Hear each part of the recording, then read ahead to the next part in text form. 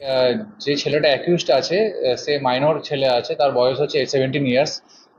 ওর বিরুদ্ধে একটা অ্যালিগেশন ছিল যে একটি মেয়ে একটা এলিগেশন দেয় যে তার সাথে শারীরিকভাবে সম্পর্ক করে, এবং সম্পর্ক করে তাকে মিসইউজ করা হয় এবং তার পরিবারকে ভয় দেখানো হচ্ছে। তো সেই মেয়েটির বাড়ির লোকের কমপ্লেন উপর বেস করে একটি কেস, স্পেসিফিক কেস রিজু করা হয়েছে রেজিনগর থানায়, এবং যেটা পক্সো অ্যাক্টে রিজু হয়েছে এবং চাইল্ড ম্যারেজ প্রোহিবিশন অ্যাক্টও ওর মধ্যে দেওয়া আছে। তাতে আমরা দুজনকে অ্যারেস্ট করেছি। যে ইউটিউবারের কথা আপনারা বলছেন, সেই ছেলেটির বয়স 17 বছর।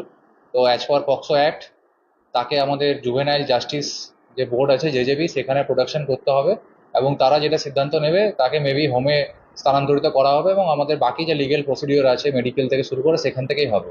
পিসির আমরা পিসি নিচ্ছি না, কারণ জুভেনাইলদের পিসি নেওয়া হয় না। অ্যাজ পার জেজেপি যেমন যেমন ইনস্ট্রাকশন দেবে আমরা সেই ইনস্ট্রাকশন মেনে চলবো।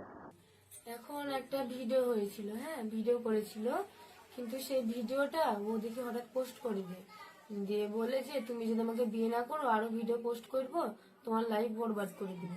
আমি ওকে বিয়ে করতে বাধ্য হয়েছিলাম। হ্যাঁ ব্ল্যাকমেল করতে, দিয়ে আমি ওকে বিয়ে করতে বাধ্য হয়েছি। আর এখন ও ওইসব ভিডিও ভাইরাল করে এখনো আমার দিকে আর ফিরে তাকাচ্ছে না। এখন অন্য মেয়েদেরকে নিয়ে ফুর্তি করে বেড়াচ্ছে। এখন তাহলে আমার লাইফটা কি হবে? এখন তো আমার পুরো জীবনটাই বরবাদ করে দিল ও।